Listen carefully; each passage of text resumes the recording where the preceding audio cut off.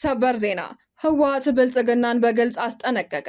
ህወሓት ለገዢው ብልጽግና ፓርቲ በላከው ጥብቅ በተባለ ማስጠንቀቂያ እንዳለው የድሮን ጥቃት ተፈጽሞብኛል፣ ብልጽግና ነገር እየፈለገኝ ነው ሲል አነጋጋሪ የተባለ መግለጫ ማውጣቱን ሚዲያችን ሰምቷል። አብራችሁን ቆዩ። የዕለቱ መረጃዎቻችን ቀዳሚ ጉዳይ ነው። ጽምዶ የተባለው ጥምረት በተባበሩት መንግስታት ድርጅት እውቅና ሊሰጠው ነው ተባለ።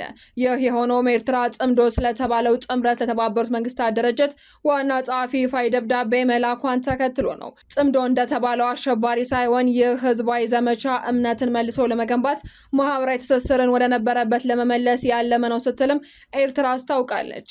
ተጨማሪ ያለን የኢትዮጵያ ሰብአዊ መብቶች ኮሚሽን በአርሲ አስኮ ወረዳ የደረሰው ጥቃትን አስተባበለ።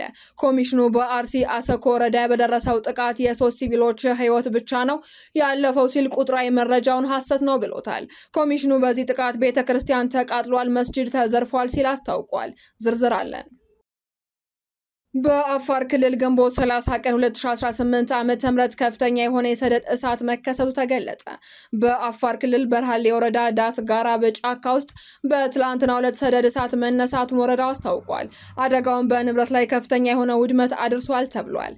ተጨማሪ ያለን ከውጭ በተሰማ ሰበር መረጃ ዶናልድ ትራምፕ እስራኤል ለኢራን ምላሽ እንዳትሰጥ በጥብቅ አስጠነቀቁ። ፕሬዝዳንት ዶናልድ ትራምፕ ጠቅላይ ሚኒስትር ቤንያሚን ኔታንያሁ ለኢራን ምላሽ እንዳይሰጡ በጥብቅ አሳስበዋል የሚሉ መረጃዎች ወጥተዋል። መረጃውን ይዘናል። የተከበራችሁ ቻናላችን ቤተሰቦች ዝርዝር መረጃዎችን ከመመልከታችሁ በፊት ቪዲዮውን ላይክ በማድረግ ማድመጥ እንድትጀምሩ በአክብሮት እየጋበዝን በቀጥታ ወደ መረጃዎች ተሸጋገርን። በቅድሚያ ብልጽግና የድሮን ጥቃት ፈጸመብን ሲል ህወሓት የፌዴራል መንግስቱን ከሰሰ። የብልጽግና መንግስት በጀት፣ ነዳጅ፣ መድኃኒት፣ ገንዘብ በመዝጋት ተጨማሪ ጭካኔዎችን በመፈጸም ሊያሸንፋቸው ያልቻሉትን በድሮን ለማጥፋት ጥቃት እየፈጸመ ነው ሲል ህወሓት ገልጿል። የፌዴራል መንግስቱ በትግራይ ላይ ጦርነት እንደገና መጀመሩ አገዛዙ ያለ ጦርነት ሊተርፍ እንደማይችል በግልጽ ያረጋግጣልም ብሏል። ለትግራይ ህዝብ አድሎ በጀት መዝጋት፣ የድሮን ጥቃት ወዘተ አይገባውም ነበር ያለ ሲሆን የትግራይ ህዝብ የሰላምና የትዕግስት ጥያቄ እንደ ፍርሃት ተቆጥሯል ብሏል። የትግራይ ህዝብ በክህደት ሊሸነፍ እንደማይችል መታወቅ አለበት ሲልም ህወሓት አክሏል። በሽራሮ ታችኛው አዲያቦ ቅዳሜ ሌሊት ላይ በተፈጸመ የድሮን ጥቃትም በትግራይ ሰራዊት አባላት ላይ የሞትና የአካል ጉዳት ደርሷል። እንዲሁም በንብረት ላይም ከባድ ጉዳት መድረሱን የክልሉ መንግስት በትግርኛ ካስተላለፈው መግለጫ ተመልክተናል። ኤርትራ ጽምዶ ስለተባለው ጥምረት ይፋዊ ደብዳቤ ጽፋለች ተባለ። ኤርትራ ለተባበሩት መንግስታት ድርጅት ዋና ጸሐፊ የላከችው ደብዳቤ ምስጋናን በማቅረብ የጀመረ ሲሆን ኤርትራና ትግራይ በማህበረሰብ ላይ ተመሰረተ ከአንድ ዓመት በላይ ተከታታይ የህዝብ ለህዝብ ውይይት፣ የማህበረሰብ ውይይቶች፣ የባህል ልውጦችና በራስ መተማመንን የሚያጎለብቱ ተግባራት ጽምዶን ለሰላም መተሳሰር ለሰላም በሚል ሀገር በቀል መሪ ቃል መጀመሩን ገልጿል። ይህ ህዝባዊ ዘመቻም እምነትን መልሶ ለመገንባት ማህበራዊ ትስስርን ወደ ነበረበት ለመመለስና በአመታት ግጭትና መለያየት ህይወታቸውን በእጅጉ የተጎዳው ማህበረሰቦች ግንኙነት ለማጠናከር ያለመ ነው ተብሏል። የጽምዶ ጠቀሜታ በእንቅስቃሴው ላይ ብቻ ሳይሆን በኦርጋኒክና በአካባቢ ባለቤትነት ላይ ነው። በራሳቸው የማህበረሰቡ አባላት የሚመራ በዋናነት በጋራ ድንበሮች የሚኖሩ የሀገር ሽማግሌዎች፣ ወጣቶች፣ ሴቶችና ቤተሰቦች በውይይትና ቀጥተኛ ሰብአዊ ተሳትፎ መግባባት ፈውሶና አብሮ መኖርን ለማሳደግ የጋራ ቁርጠኝነት ያሳያል ብሏል።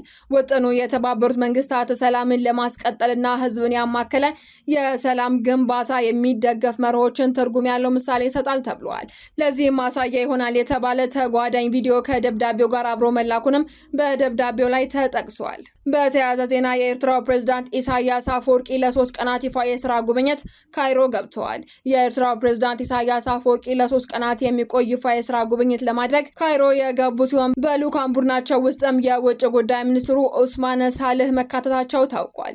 የፕሬዝዳንቱ ጉዞ በዋናነት በአፍሪካ ቀንድ፣ በቀይ ባህርና በመካከለኛው ምስራቅ ወቅታዊ ጉዳዮች ዙሪያ ከግብፁ ፕሬዝዳንት አብዱል ፈታህ አልሲሲ ጋር በስፋት ለመምከርና ለመወያየት ያለመ መሆኑ ተገልጿል። በአርሲ አሰኮ ወረዳ በደረሰ ጥቃት የሶስት ሲቪሎች ህይወት ብቻ ነው ያለፈው ሲል የኢትዮጵያ ሰብአዊ መብቶች ኮሚሽን አስተባበለ። ኮሚሽኑ በዚህ ጥቃት ቤተክርስቲያን ተቃጥሏል፣ መስጂድ ተዘርፏል ሲልም አስታውቋል። በጥቃቱ 2 የክርስትና እምነት ተከታዮች እንዲሁም 1 የእስልምና እምነት ተከታይ በአጠቃላይ የሶስት ሲቪሎች ህይወት ብቻ ነው ያለፈው ሲልም ኢሰመኮ አስታውቋል። ከዚህ በፊትም የአርሲ ሀገረ ስብከት 13 ምዕመናን መገደላቸውን ይፋ ማድረጉ ይታወሳል። የኢትዮጵያ ሰብአዊ መብቶች ኮሚሽን በኦሮሚያ ክልል አርሲ ዞን በአሰኮ ወረዳ ግንቦት 23 እና 24 ቀን 2018 ዓ.ም በታጣቂዎችና በጸጥታ ኃይሎች መካከል በተፈጠረ ግጭት የ3 ሲቪል ሰዎች ህይወት ማለፉን ከ2650 በላይ ነዋሪዎች መፈናቀላቸውና የንብረት ውድመት መድረሱን ገልጿል። ኮሚሽኑ ባደረገው ምርመራም በተለምዶ ኦነግ ሸኔ ተብሎ በሚጠራው ታጣቂ ቡድን በተሰነዘረ ጥቃት 3 ሲቪሎች መገደላቸውን፣ የጠላታ ቅዱስ ገብርኤል ቤተክርስቲያንና መኖሪያ ቤቶች መቃጠላቸውን፣ በአንድ መስጂድ በጤና ጣቢያና በንግድ መዳበሮች ላይ ዝርፊያ ጉዳት መድረሱንም አረጋግጧል። የኢሰመኮ ዋና ኮሚሽነር ብርሃኑ አዴሎ መንግስት በአካባቢው በቂ የጸጥታ ኃይል በመመደብ የዜጎችን ደህንነት እንዲጠብቅ፣ ለተፈናቀሉ ወገኖች አስቸኳይ የሰብአዊ ድጋፍ እንዲያቀርብና ጥቃቱን በገለልተኝነት መርምሮ ተጠያቂነትን እንዲያረጋግጥም አሳስበዋል።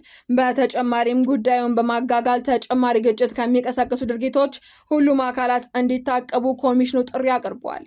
በአፋር ክልል ግንቦት 30 ቀን 2018 ዓ.ም ሰደድ እሳት መከሰቱ ተገለጸ።